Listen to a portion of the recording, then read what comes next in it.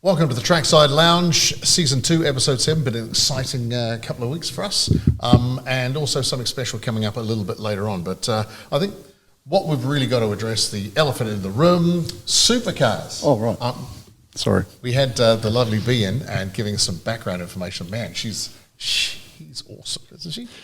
Just a technical level that you don't sort of think about with supercars. I mean, I know the stigma of the sort of early 2000s and late 2000s, it was a bit of an Aussie bogan, Ford v Holden rivalry, but especially in recent years, the sport's just gotten so technical. Yeah. It's become truly one of the big non-GT3 series, because a lot of series are taking on GT3 as regs. I mean, DTM used to be these outlandishly quick, bespoke cars. Now they're GT3, Intercontinental GT Challenge, all that sort of stuff. But supercars is still supercars, even after all the Ford v Holden and all that sort of thing. I mean, they've kept the shifters, they've kept the V8s, and I mean, how cool is the racing? Well, and Toyota got its first races. But how hard was B trying to water down the language so we could understand it? Because I honestly sit there and I was looking at her mum, because obviously I wasn't on the screen, wasn't good enough to be part of the interviewing team. But no, I was watching, and I think she was dumbing down the conversation for us, because she's,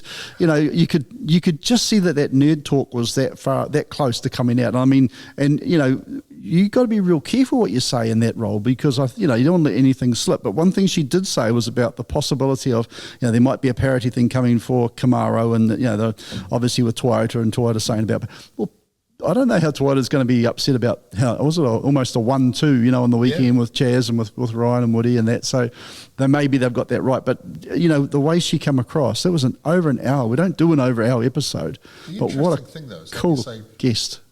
Glad she did dumb it down, because I actually understood everything she was talking about, and it changed the way you look at supercars. You sort of watch and go, oh, okay, well, I can understand where B's talking about that. Yeah, look at that front splitter. Where's the parity in that? But the racing itself in Taupo, the double header, the weather got the better of us, and they called off the race on Sunday. So just got the sort of, and that kind of. It kind of throws the cat amongst the pigeons for Ruapuna this weekend, doesn't it? Because they've got no track data. I mean, we did say to B, I mean, we asked her the question, well, how do teams prepare for a track that they've never raced at before?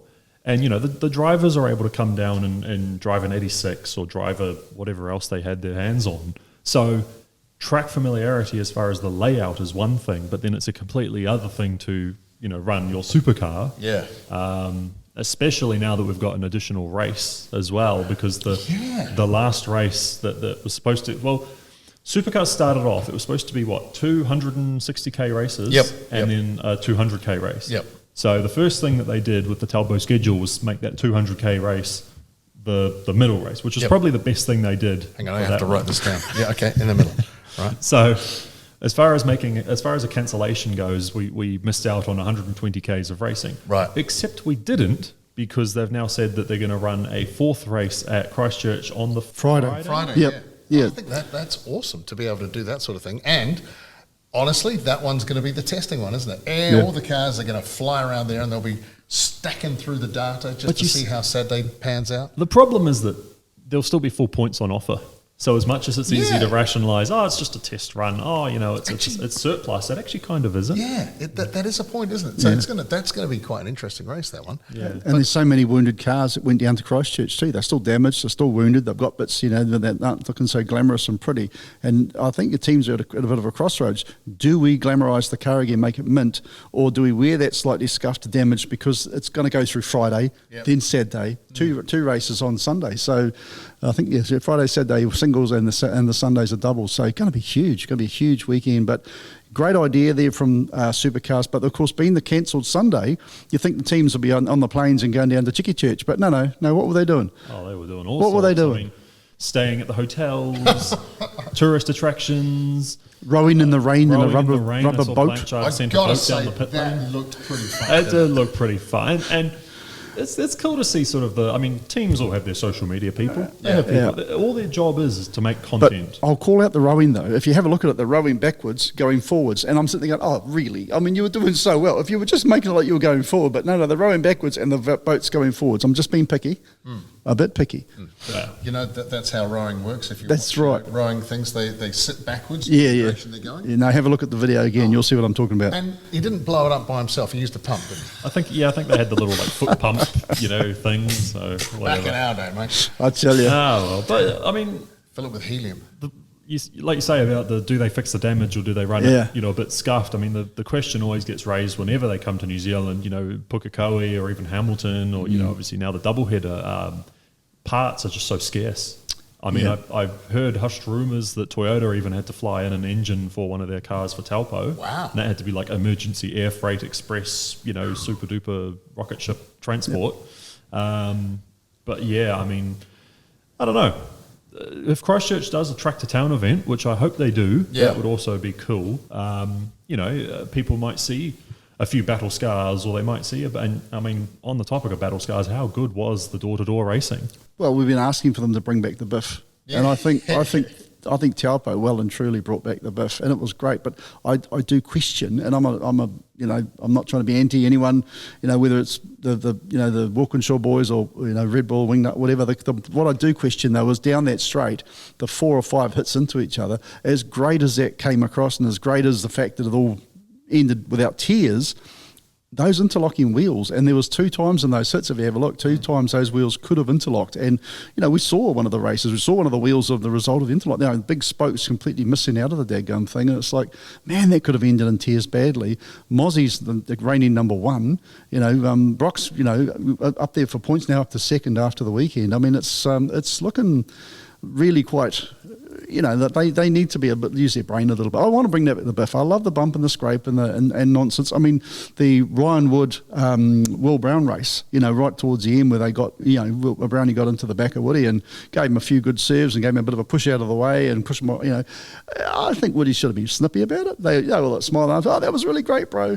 Yeah, maybe. I don't know. I would have liked to have seen a bit more of a, bit of a, not a tantrum, but more of a, hey mate, that wasn't on, But when they were all hugging each other and singing Kumbaya, when they had that sort of nonsense on the track, to me that's like, bring back the biff, but a little bit of persona about, hey mate, you hit my car, don't do that again, otherwise it's going to be oh yeah, that's great, give me high fives. Like, dude, serious, you're not a demolition derby, you're in a professional sport, you need to be driving the car and don't tolerate the guy whacking you up the backside and whacking your car around the track. I mean, that's just, They are supposed to be working on new wheels that are supposedly interlock less, and they sort of behave a bit better when they do, biff. Like what they're like, steel wheels. I Flat haven't actually seen the design. Well, you remember Formula One used to have those wheel covers. Yeah. I mean, hey, I don't know. But supposedly it is an issue that they've gone, right, we need to, like you say, if you lose entire spokes out of your wheel, that's never good for anybody. Much less the poor sod who has a wheel flying towards them because it's sheared off and it's going straight to the crowd. So, look, Christchurch is going to be interesting, and the weather forecast isn't much better down there because all that storm that they cancelled to avoid, it's gone south. And sort of the weather across the country is still not the best at the moment, which brings us to a point. It's all very well looking at the drivers and the cars and that sort of thing when it comes to meeting under wet conditions and when they pull it out. But with all the weather that's around at the moment, and it's all very well to cars are getting wet and the teams pull them in and that sort of thing, but think about the other people at a racetrack that you don't have a race event without. The flag marshals that are out there on every corner, sitting there, getting wet throughout the whole meeting. So it was good that... And the camera people. Oh, yeah. And all the safety and the fire. Recovery. That's it, because they're all just... They all sit there waiting for something to happen, don't they? And it's when it doesn't that we get good racing. It's fantastic, but they've still spent the whole day standing in the rain. And a lot of those Marshall points and stuff do have the little roofs on them, so that's great. But when the but rain's they're coming not very good. sideways, Yeah, exactly. when the rain's coming sideways, and look, I mean, like you say, they could run a race and not have any camera people or any, but it would suck. You'd never know about it. Yeah. But they could do it. You have to rely on people with a phone call. Oh, you should have seen it. And when it went on for this corner, don't worry, we've got some in-car footage. We'll have that for you tomorrow. And how their comms don't fail in the rain. I mean, they get drenched and they're wearing, walkie-talkie headsets the whole 9 yards, and luckily they obviously managed to keep going. But one of the recovery guys is actually a friend of the show, guy Woku driver Ryan Turner, who's Kiwi Recovery Service. So he's trusted by Supercars. They only use him and his team, and as well as the track people as well. But he's the head guy, and he's been doing that since Supercars at Pukekohe, and now it's Taupo, and has done right through, and on their way down to Christchurch next day or so to go and enjoy these conditions. It's really what's cool. I mean, when you get someone who's really good at doing their job, and they can be trusted, and that's the biggest thing. I mean, these, like you say, you've got to trust that all the marshals are going to turn up. A lot of them largely are volunteers. They get a swinger, they might get a hat and a shirt, and things like that. They've got to trust that they're going to have the staff. I would say manpower, but we can't. Well, I can, because you can say that. But you can have all those people there, and the event would not run without them. The supercar, people are all paid people. People in key positions are paid people, but largely the volleys, are volunteers. But every racetrack in the country absolutely relies right. on volunteers. The big one too. Basically, as soon as the Supercars announced that Sunday was getting shelved, all your support categories were packing up. We're going, because they were all just in the easy ups out the back of the Taupo pit building. Yep. Right. And I mean, it's pretty durable. They're those good, thick sort of canvas fabric walls, but they're still not quite cyclone ready. No sooner had the Supercars race concluded that most of the support paddock was gone, and then I saw pictures from only sort of like 4 or 5 hours later.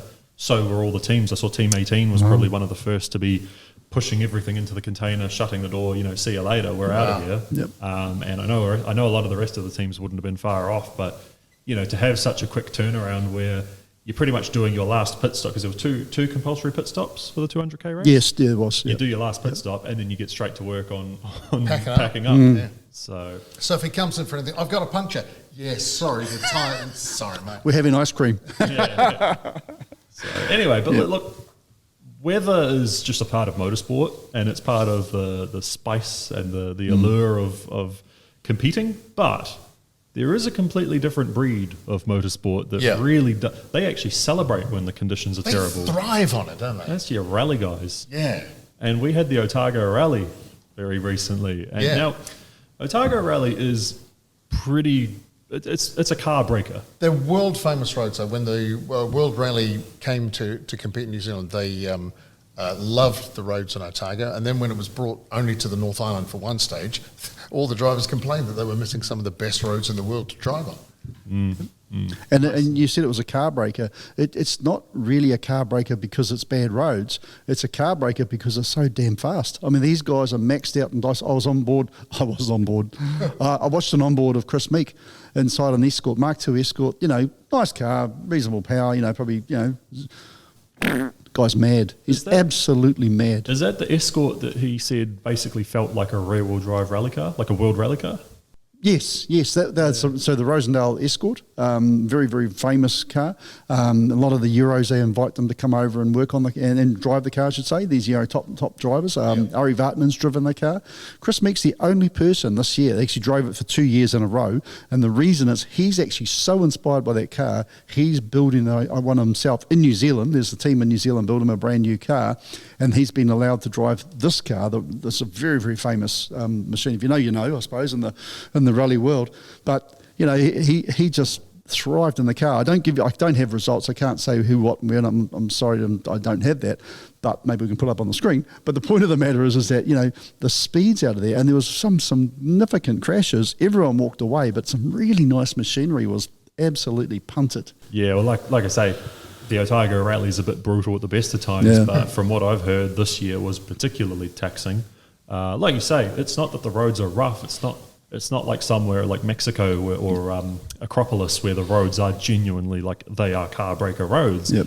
It's just that, New Zealand has such awesome rally stages. It invites the drivers to push that little bit harder, go that little bit faster, cut that little bit deeper. And how far does this go? It goes to 11. That's right. Wind that bush. And we know that we collectively know the person that came dead last finishing car, but did well in the class, which was 0 to 1300 class, and we all collectively know him. Oh, really? Gordon Legg. Oh, Leggy. On your Leggy, the little Toyota Starlet front wheel drive thing it was. So they allow sort of up to a certain year of old school cars. It's a Yaris, I think. I think it's a Star or a Yaris. No, I believe it's a Yaris. Oh, you say it's a Yaris. idea. It's a Yaris. Yeah, that's the Star. I'll tell you what. We'll get Nico to we'll get Nico to try and hook you up with some Yaris parts. It's a Toyota. It's a Toyota. Yeah. But But it wasn't the only rally on the weekend, though, was it? No. So obviously Otago Rally, a bit more local talent, but we also had Hayden Paddon out there doing the business. Yeah. And of course In Croatia. yeah. But that wasn't the only high-profile rally in the weekend, though, was it? No. Of course, WRC headed to Croatia, and this one was a bit highly anticipated for Kiwis because Paddon's back in the car. Of course, he's doing would you call it a joint venture? He's sort of sharing the car with a few rounds. Yeah. So he's back in the car at Croatia and Podium. Yeah. Well, he was fourth for the whole thing. I mean, he built his way up to fourth. Every time I saw results, it was fourth per stage, fourth. And then I sort of look away and you blink and you come back and he's on the podium. I mean, unbelievable. Terrible for, I think it was Terry Neuville. Terry Neuville. And did you actually see what happened? No. I'm not sure if it was a breakage or if he just cut it wrong, but stage goes that way to the right, then you have this little escape road which is slightly to the left, and he's broken something and basically gone down the escape road and Austin Powers himself. So, and even the leader, because I don't know the leader's name, the Japanese guy, but he won the previous rally, and he was at the stage end sitting there going, well, because you know the reporters, they all run in, they bring the news, they say, we hear Terry's had a crash, we hear Terry's gone off, and he's sitting there going, oh, that's nice. And it sort of hasn't registered that means he would win. And he's just like, oh, okay. Oh, I feel bad for Terry. Oh, wait a minute. The penny drops, and it was all very, but yeah, so sushi for everyone. Given that, Paddon now on the podium, I mean, how good, It's got to give him so much confidence. I mean, one, being invited back into WRC because he's a hell of a good driver. He really is. And actually taking the opportunity to do that and then being so consistent through there. I mean, the team would have to be happy with his fourth position all the way through. Well, his first rally back this year was Monte Carlo, which was not the Hoodoo rally, but not the one he wanted to be at, in terrible conditions, just about whiteout conditions. Didn't mark the car, kept the thing going, got a finish, and then to come and do Croatia, which sort of has experience in the European Challenge, and let's not forget too, two-time European champion over the course of him being out in the wilderness from WRC. How many times has he been New Zealand champion? Goes to Australia last year, wins that championship. The Aussies are sitting there going, "Oh mate, phew, dodged a bullet," and then you see him come into WRC. And I said to Nathan on the Sunday when we were getting results, I said it's unusual, and I don't mean this in a nasty way, to see Hayden not leading the rally. No matter what the rally is, but of course WRC is the best in the world. The world stage. And I think it's fair to say, without being an arrogant Kiwi, but Hayden Paddon is the best in Australasia by far. Oh, yeah. But do you reckon... Here we go. Do you reckon other teams are taking notice? Because, I mean, Hayden's been with Hyundai for as long as he's been. From day one, pretty much, and he's isn't it? done a lot of really good development work for him, which has shown up in the WRC. Yeah. So do you think that maybe Ford or Toyota are sitting there going, actually, we need to look at poaching this guy? Yeah. He's got a part-time, and I don't know when he's back in the car again. No, when's his next rally? But would any of the teams look at him and go, actually, we need to poach him? We'll give you a full-time drive in a Ford Puma or a Yaris. Actually, no, they're going to the Corolla next year, I think. I think you're right. I think you're just going to Corolla. But, Yep.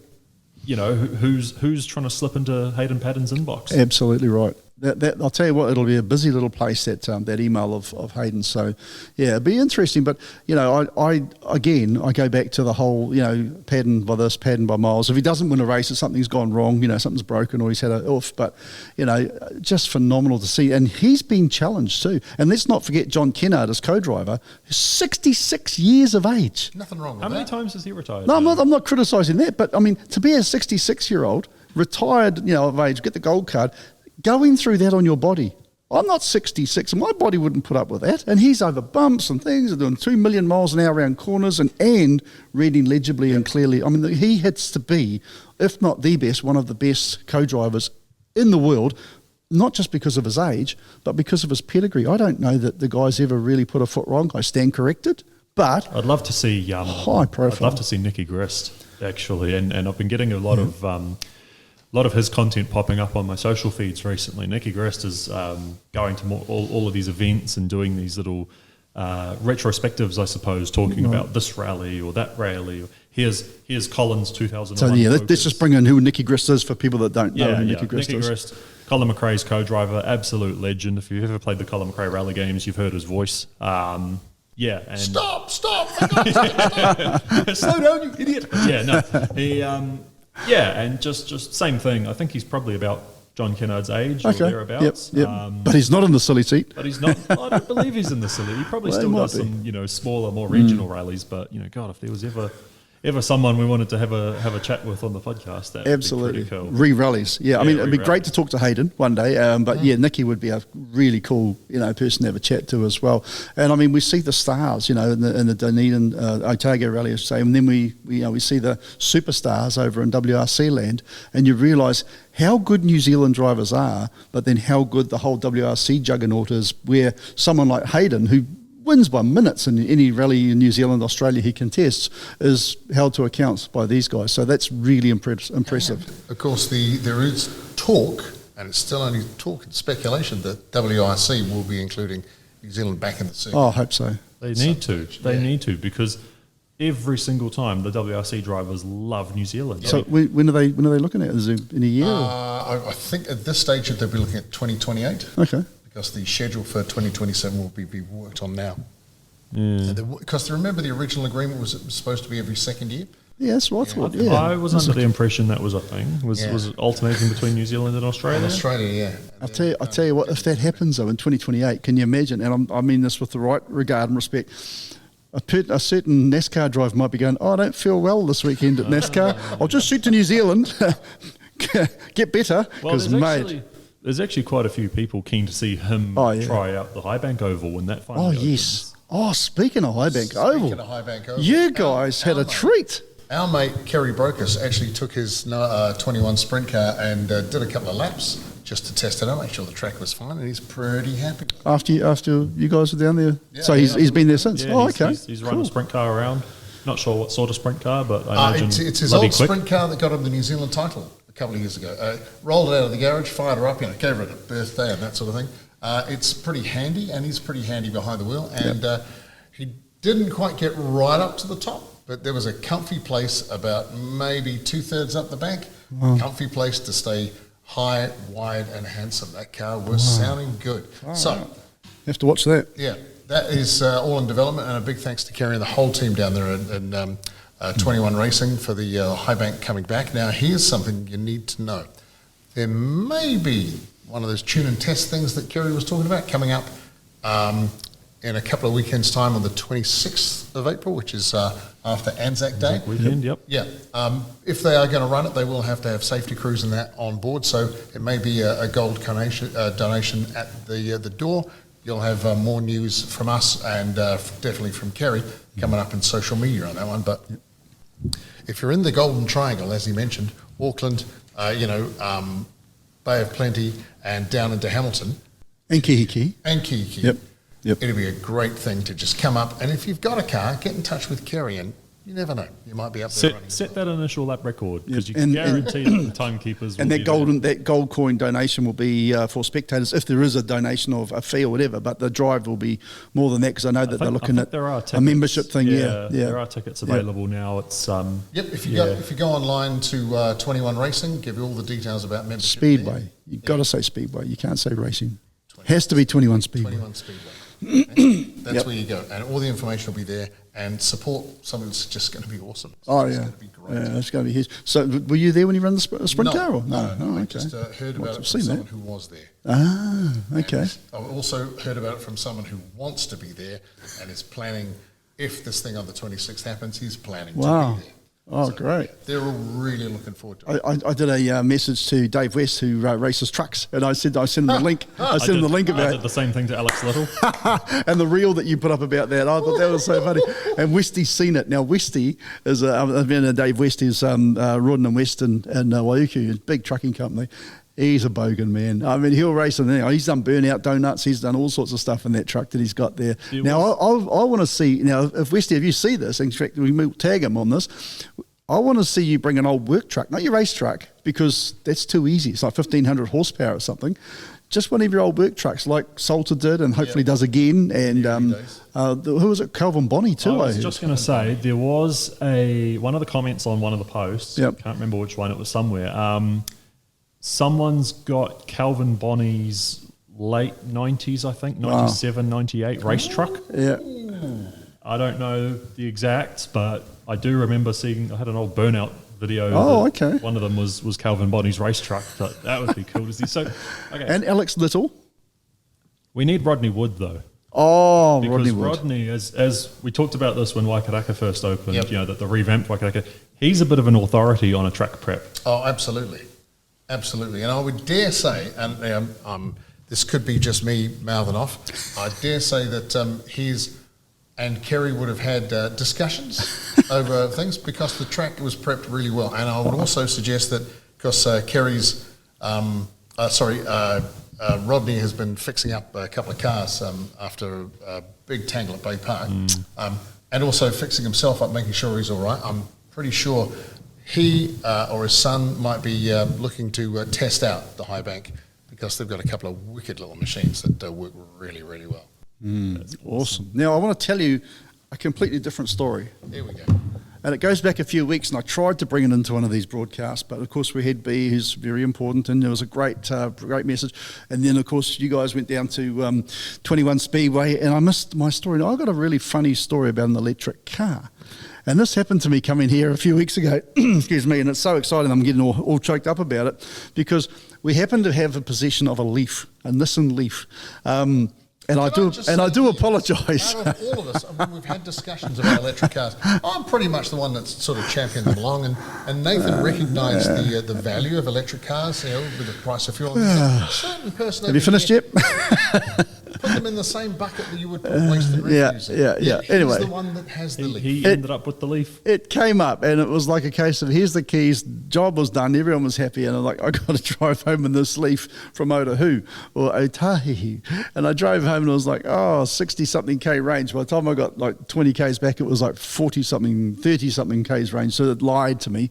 Anyway, I was coming here a few weeks ago and coming up a hill that I've got to go up, and on the base of the hill there's a roadworks at 30K, which then finished into the 50K, and going up the hill it becomes 80K very quickly, and then open road at the corner. So it's got all these progressions. So I'm putting along on this thing at about 30 Ks, as you do, being a good roadwork conscious person, because my daddy's working here in the signs you see. And as soon as it goes out there, I accelerated. Now, in the meantime, behind me, in the cones and everything, so no one could pass anyone, was a motorbike, and it was a pretty nice motorbike. And I'm not saying, I don't know what type, it was one of those flash-looking headlights, looks like I'm going to ingest you as I pass you, so that's fine. He's following a Leaf, 1,800 kilo, 24 kilowatt piece of junk that's worth nothing, right? This guy's following me, so I'm sitting there going, I want to have some fun with this motorbike. So from the 30 to the 50, I thought, well, I'll just give it a stomp and see what it does. And it's like, ooh, that's 50 straight away at the 50K thing. Then there's an 80 up the bottom at the base of the hill. So, well, I know I can get up there, right? So I give this thing a foot to the floor, 50 to 80 in the parameter, and it's doing well to the 80. So up the hill, it then becomes open road. I'm going around this corner at over 100 kilometres an hour. No, and I'm sitting at 100 kilometres. 101. Yeah.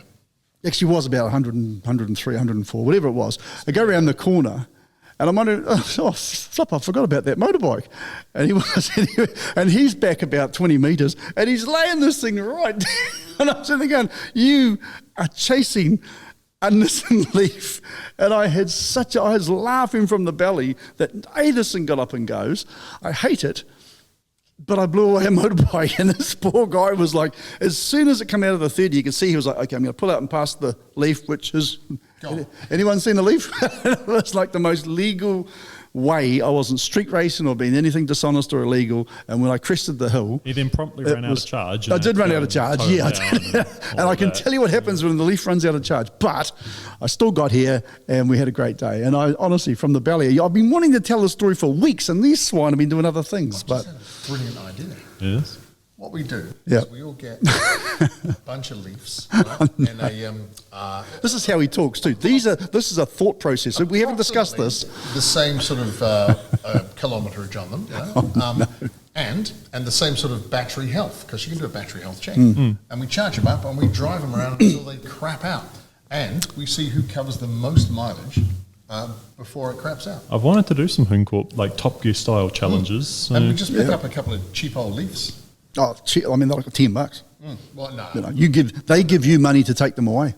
The older ones. Yeah, this is an older one. This is a 2012. So anyway, now that we've lost There all we of go. our viewership for this Sorry, what were we episode, talking about? we have another little special segment for you. So, Yep. a few weeks ago, by sheer coincidence or just happened to be one of those things, we ended up with a Nissan 240Z in yellow, a Nissan 280Z? 60Z, also in yellow, and a Nissan 400Z in yellow. None of them were Nissan Leafs. No, none of them were. Because the Nissan Leaf we've got isn't yellow. I've got. So. But in the interests of making some automotive, almost journalistic Top Gear segment style content, we thought we'd put together something of a presentation for you guys. It's no surprise that we have an affinity for Nissans here at the Trackside Lounge. In fact, it was a couple of scorching Primeras that Huncorp took lemons racing is kind of where this all started. So, as a tribute, we thought a salute to one of the great Japanese classics was in order. The legendary Z cars. Bit of background first though. The Datsun Fairlady actually debuted in 1961 and was squarely aimed at British sports cars of the era like the MGB. But by the late 60s, Nissan decided on a more exotic style. The older open-top cars carried on until early 1970, but the Nissan Fairlady Z was the new halo car. Conceived by Yutaka Katayama, the president of Nissan Motor Corporation USA, and designed by a team led by Yoshikyo Matsuo, the head of Nissan Sports Car Styling Studio, the Nissan S30 was designed to broaden the acceptance of Japanese car makers beyond the image of producers of practical, reliable economy cars. Launched into export markets as the Datsun 240Z, the S30 had four-wheel independent suspension and a powerful straight-six engine with overhead camshaft, features identified with far more expensive premium European sports cars. In fact, if you cast your eyes along the long, sleek bonnet, you can see the influence of the Jaguar. A nod to the legendary Toyota 2000 GT as the windscreen shapes the cockpit, and if you catch the right angle from the rear three-quarter, the Ferrari 250 GTO, the 240Z, was an instant hit. But it was what happened in June 1972 that really made the Z a name to take seriously. It was the second race of the popular Fuji Grand Champion Series, which took place on the Fuji Speedway circuit, and a Fairlady 240Z managed a win against Group 6 and Group 7 race cars of the era. Driven by Haruo Yamagata, the race took place in heavy rain, and the 240Z performed exceptionally against its higher-ranked rivals, eventually crossing the line in first place. The event became known in Japan as the Z and the Rain Race, and it was one of the most legendary moments in motorsport. In 1974, the 260Z was introduced, using the 2.6-litre engine. Also, the addition of a long wheelbase model, which was the 2+2, which incidentally was always part of the original plan right from the start. The extended cabin had opening rear quarter windows and more space to put your stuff, but not really enough room for people. But as a Grand Tourer, the market grew. US emissions and crash regulations changed the landscape for sports cars, but the second generation Z continued its racing pedigree throughout Europe, the US and Japan. And although the road car's performance was getting strangled, its reliability was its greatest weapon. The final iteration of the classic Z car was the 280Z, putting the 2.8-litre engine. But changing market forces were diluting the purity from the original design. In fact, by 1978, the focus was more on luxury cruising and technology leading the way, rather than performance. There were, of course, many more models that followed in the Z family, from the wedge-shaped Z31 and Z32 of the 80s to the Nissan 350Z that became an automotive icon in its own right. But this one This is the latest in the Fairlady Z lineage, which now spans nearly 60 years, and it's more of a return to form. In fact, the styling harkens right back to that very first 240Z. At the same time, there's enough modern flair to distinguish it as a car from the 2020s. The twin-turbo 6-cylinder delivers just on 400 horsepower. You can send it to the wheels via either a 9-speed auto or a 6-speed manual. So front-engined, rear-wheel drive offered in manual, and not a hybrid to be found. Nissan have also had their focus on more performance for 2027. There's a redesigned fuel tank that prevents the fuel pump from running dry during high G cornering, and Z performance options now available, including retuning the suspension, aiming to improve vibration dampening. But if that's not enough, there's a Z Nismo, which gets parts from the GTR. We like what you've done, Nissan.